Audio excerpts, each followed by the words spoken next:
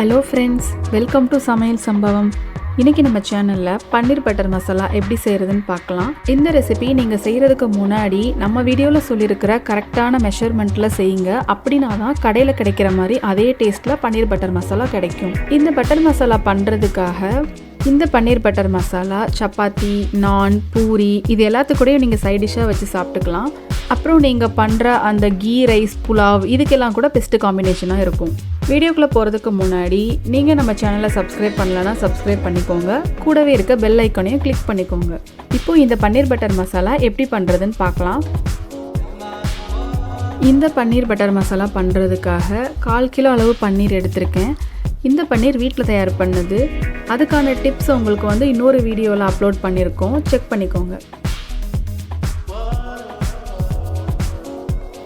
4 பெரிய வெங்காயம், 2 பச்சை மிளகாய், 5 குட்டி சைஸில் இருக்க தக்காளி, அப்புறமா 20 போல் முந்திரி பருப்பு, 1/2 டேபிள் ஸ்பூன் இஞ்சி பூண்டு விழுது, 1/4 டேபிள் ஸ்பூன் ஜீரகம், 1 table spoon fenugreek seat,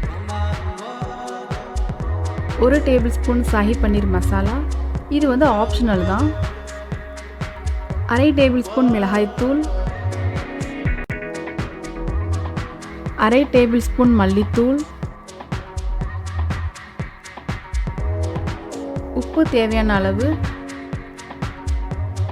1/2 table spoon நெய், 1/2 டேபிள் ஸ்பூன் பட்டர், அப்புறமா 2 பிரியாணி இலை, 1 பட்டை, 3 கிராம்பு, 3 ஏலக்காய்,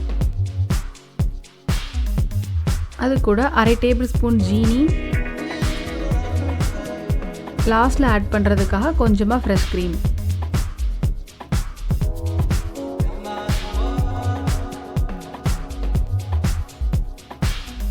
ஃபஸ்ட்டு நம்ம வெங்காயத்தை கட் பண்ண ஆரம்பிச்சிடலாம்.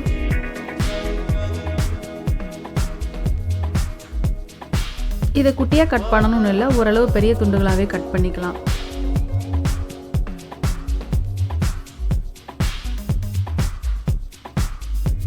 வெங்காயம் கட் பண்ணியாச்சு.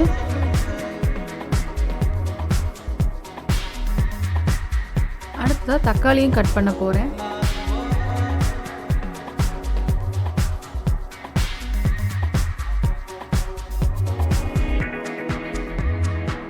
இப்போ தக்காளியும் ரெடி ஆயிடுச்சு.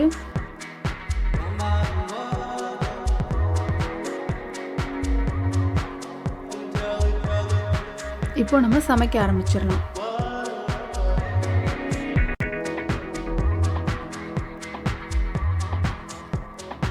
ஒன்றரை டேபிள் ஸ்பூன் பட்டர் எடுத்துருக்கோம்ல, அதுலேருந்து கொஞ்சமாக எடுத்து உள்ளே சேர்த்துக்கிறேன்.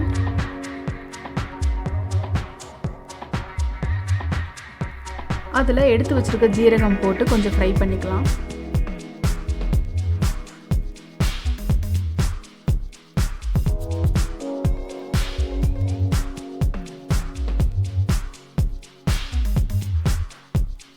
இதில் நம்ம வெங்காயம் அப்புறம் பச்சை மிளகாய் சேர்த்து லைட்டாக வதக்கிக்கலாம்.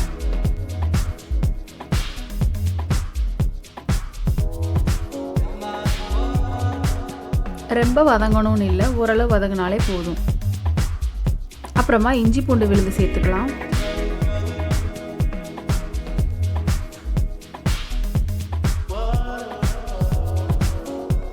அடுத்ததாக நம்ம எடுத்து வச்சிருக்கிற முந்திரி பருப்பையும் உள்ளே சேர்த்துக்கலாம்.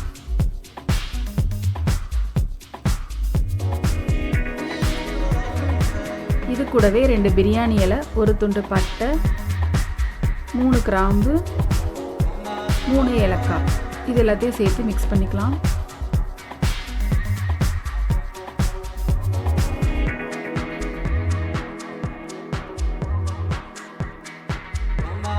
இதில் கட் பண்ணி வச்சுருக்க தக்காளியும் சேர்த்துக்கலாம்.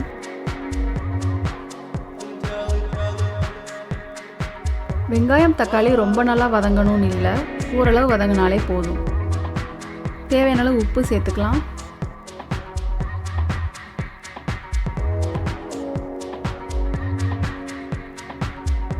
இதில் எடுத்து வச்சுருக்கிற மிளகாய் தூள் சேர்த்துக்கலாம். அப்புறமா ஷாஹி பன்னீர் மசாலா ஆட் பண்ணிக்கிறேன். மல்லித்தூள் சேர்த்துடலாம். இது லைட்டாக கிண்டி விட்டுக்கலாம்.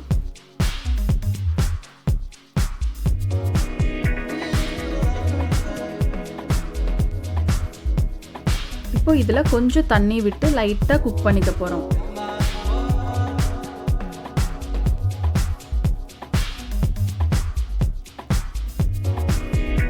இப்போது மசாலா ரெடி பண்ணுறதுக்காக ரெடி ஆகிடுச்சு. இப்போது வெங்காயம் தக்காளி ஓரளவு வதங்கிடுச்சு. இதை ஆற வச்சு அரைச்சிக்கலாம்.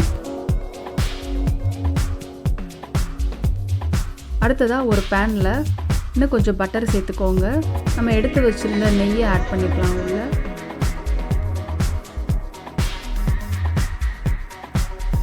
இதில் நம்ம இப்போ அரைச்சி எடுத்துகிட்டு வந்தோம்ல அந்த மசாலாவை உள்ளே சேர்த்துக்கலாம்.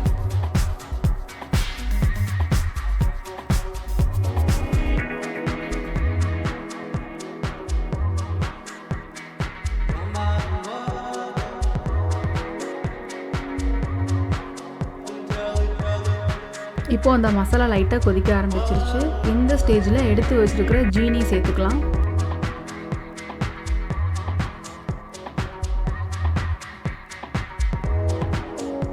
இந்த மசாலாவோட பச்சை வாசனை போகிற வரைக்கும் நம்ம குக் பண்ணணும். இதை லைட்டாக மூடி வச்சு நான் குக் பண்ணுறேன். ஒரு 5 மினிட்ஸ் போல் இந்த மாதிரி குக் பண்ணிக்கோங்க. இதில் நம்ம வெட்டி வச்சுருக்கிற பன்னீரை உள்ளே சேர்த்துடலாம். பன்னீர் மோஸ்ட்லி நிறையா பேர் கடையில் தான் வாங்குவாங்க.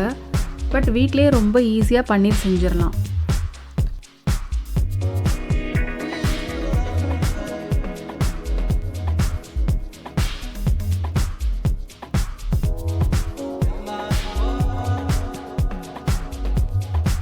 இப்போ பன்னீர் வந்த பிறகு இதில் நம்ம எடுத்து வச்சுருக்கோம்ல கசூரி மேத்தி லீவ்ஸ், அதை உள்ளே சேர்த்துக்கலாம். இது காஞ்ச வெந்தயத்தோட இலைகள் தான் இது.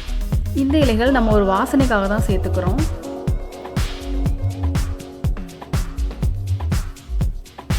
கடைசியாக நம்ம கொஞ்சம் மிச்சம் வச்சுருக்கோம்ல பட்டர், அதையும் லாஸ்ட்டாக சேர்த்துக்கலாம். இந்த பட்டர் அந்த கிரேவியோட மிக்ஸ் ஆகிற அளவுக்கு லைட்டாக கிண்டிக்கோங்க. இப்போ ஃபைனலாக நம்ம எடுத்து வச்சுருக்கிற ஃப்ரெஷ் க்ரீம் ஆட் பண்ணுறோம். இது இறக்க போகிற ஸ்டேஜில் தான் இதை ஆட் பண்ணிக்கணும். இந்த க்ரீம் சேர்க்கலனாலும் பரவாயில்ல, பட் சேர்த்துட்டிங்க அப்படின்னா ரெஸ்டாரண்ட்டில் கிடைக்கிற அதே டேஸ்ட்டு உங்களுக்கு கிடைச்சிடும். அவ்வளோதான், ரொம்பவே டேஸ்டியாக சிம்பிளாக இருக்கிற பன்னீர் பட்டர் மசாலா ரெடி ஆகிடுச்சு. இப்போது இதை நம்ம சர்வ் பண்ணிடலாம்.